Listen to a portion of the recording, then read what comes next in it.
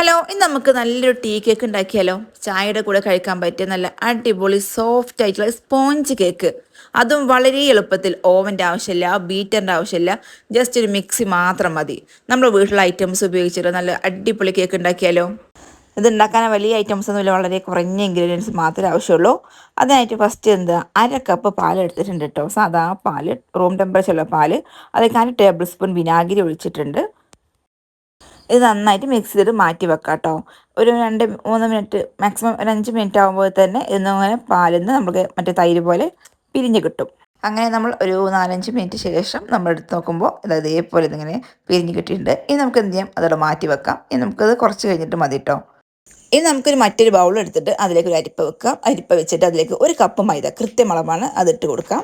ഇനി ഇതിലേക്ക് 1/2 table spoon baking പൗഡറും ഒരു നുള്ളു ഉപ്പും ചേർക്കാം. ഇനി 1/4 ടീസ്പൂൺ സോഡാപ്പൊടി ചേർക്കാം കേട്ടോ. നമ്മൾ അപ്പത്തിലേക്ക് ഇടുന്ന സോഡാപ്പൊടി. ഈ 3 ഇട്ടിട്ട് നന്നായിട്ട് തരിച്ചെടുക്കണം.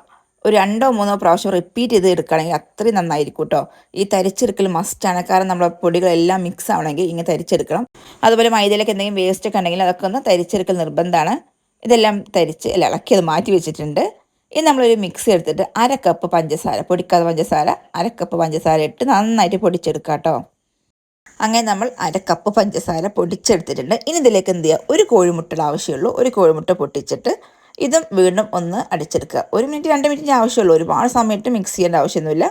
നമുക്കിത് അടിച്ചെടുത്തിട്ട് വരാം. അങ്ങനെ ഇത് നന്നായി അടിച്ചെടുത്തിട്ടുണ്ട്. ഇനി ഇതിലേക്ക് 1/2 കപ്പ് സൺഫ്ലവർ ഓയിൽ നമ്മളിതിലേക്ക് ചേർത്ത് കൊടുക്കുന്നുണ്ട് കേട്ടോ. ഇതും പിന്നെ അതേപോലെ ഇതിലേക്ക് 1 ടേബിൾ സ്പൂൺ വാനില എസൻസും ചേർത്ത് കൊടുക്കാം. വാനില എസൻസ് ഇല്ല എന്നുണ്ടെങ്കിൽ നിങ്ങൾ എന്ത് ചെയ്യുക, കുറച്ച് ഏലക്ക ഇട്ട് കൊടുത്താലും മതി. ഇല്ലെങ്കിൽ മാത്രം ഉണ്ടെങ്കിൽ വാനില എസൻസിന് ചേർത്ത് കൊടുക്കുന്നത് നന്നായിരിക്കും കേട്ടോ. അങ്ങനെ അത് നന്നായി മിക്സ് ചെയ്തെടുത്തിട്ടുണ്ട്. പിന്നെ ഈ നമ്മൾ നേരത്തെ തയ്യാറാക്കി വെച്ച് നമ്മുടെ മൈദയുടെ മിക്സ് പകുതി ചേർത്ത് കൊടുക്കാം കേട്ടോ. പകുതിയെ ചേർത്ത് കൊടുക്കാൻ പറ്റുള്ളൂ. ഇല്ലെങ്കിൽ അത് ഒന്നിച്ച് മിക്സ് ചെയ്യുമ്പോൾ കട്ട് പോവും, ഒരു സ്മൂത്ത് പേസ്റ്റ് ആവില്ല. ഇനി അതിലേക്ക് പകുതി നമ്മൾ മൈദയുടെ മിക്സും പകുതി നമ്മൾ നേരത്തെ മാറ്റി വെച്ചുള്ള നമ്മളെ പാലും വിനാഗിരിയും ചേർത്ത സംഭവമില്ലേ, അത് പകുതി ഒഴിച്ച് കൊടുക്കാം കേട്ടോ. ഈ 2 പകുതി ഒഴിച്ചിട്ട് നന്നായി മിക്സ് ചെയ്തെടുക്കുക. നന്നായി മിക്സ് ചെയ്തെടുത്തിട്ടുണ്ട്. എങ്കിൽ നല്ല സ്മൂത്ത് ബാറ്റർ കിട്ടുള്ളൂ. അതുകൊണ്ടാണ് നമ്മൾ 2 പ്രാവശ്യം ഇത് റിപ്പീറ്റ് ചെയ്ത് ചെയ്യുന്നത്. വീണ്ടും നമുക്ക് ബാക്കി ഉണ്ടായിരുന്ന നമ്മളെ മൈദയുടെ മിക്സ് ഇതിലേക്ക് ചേർത്ത് കൊടുക്കാം. മുഴുവനായിട്ട് ചേർത്ത് കൊടുക്കാം. ബാക്കി ഉണ്ടായിരുന്ന പാലും ആ വിനാഗിരിയും ഇതും കൂടി ഇതിലേക്ക് ചേർത്ത് കൊടുക്കാം കേട്ടോ. അങ്ങനെ ഇതെല്ലാം കൂടി നന്നായി അടിച്ചെടുത്ത് വന്നിട്ടുണ്ട്. നല്ല അടിപൊളി തിക്കായിട്ടുള്ളൊരു ബാറ്റർ ആയിട്ടുണ്ട് കേട്ടോ.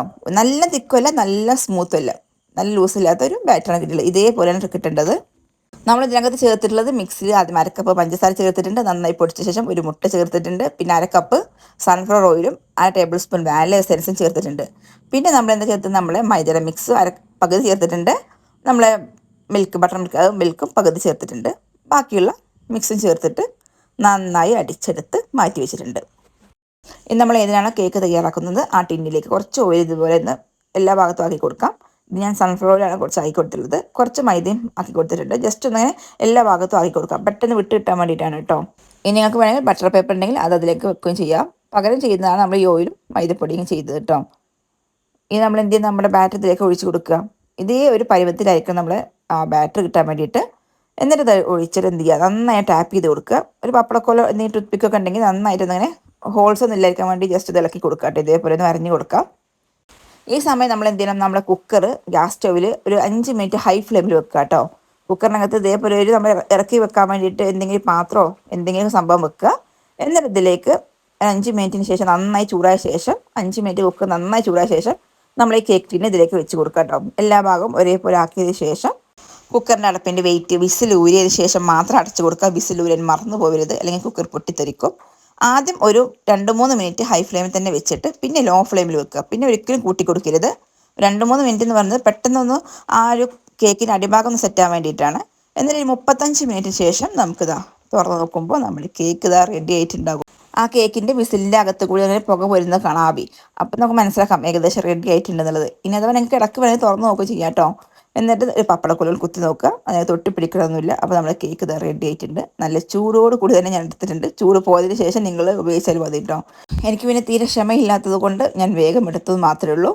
പിന്നെ ഈ സ്പൂൺ ഉപയോഗിച്ചിട്ട് കുത്തി കൊടുക്കേണ്ട ആവശ്യമൊന്നുമില്ല, പെട്ടെന്ന് തന്നെ വിട്ട് കിട്ടുന്നുണ്ട് കേട്ടോ.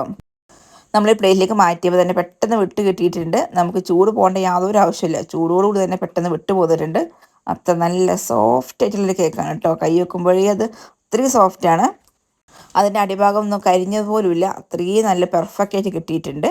ഇനി നമുക്കത് കട്ട് ചെയ്യാം. കട്ട് ചെയ്യാൻ തന്നെ വളരെ സ്മൂത്തായിട്ട് നമ്മൾ കേക്ക് കട്ട് ചെയ്യുന്നത് നിങ്ങൾക്ക് മനസ്സിലാവുന്നുണ്ടാവും. അത്രയ്ക്ക് സോഫ്റ്റ് സ്മൂത്ത്, എന്താ പറയുക, ടേസ്റ്റ് വേണം. നിങ്ങൾ ഒന്ന് ഒരു പ്രാവശ്യം ഞാൻ ട്രൈ ചെയ്ത് നോക്കുകൊണ്ടു. കാരണം നമുക്ക് എല്ലാവരും വീട്ടിലുള്ള സംഭവങ്ങൾ മാത്രമേ അതിനകത്തുള്ളൂ, പ്രത്യേകിച്ച് ഒന്നുമില്ല. നമുക്ക് ബീറ്ററിൻ്റെ ആവശ്യം, ഓവൻ്റെ ആവശ്യം ഒന്നുമില്ല.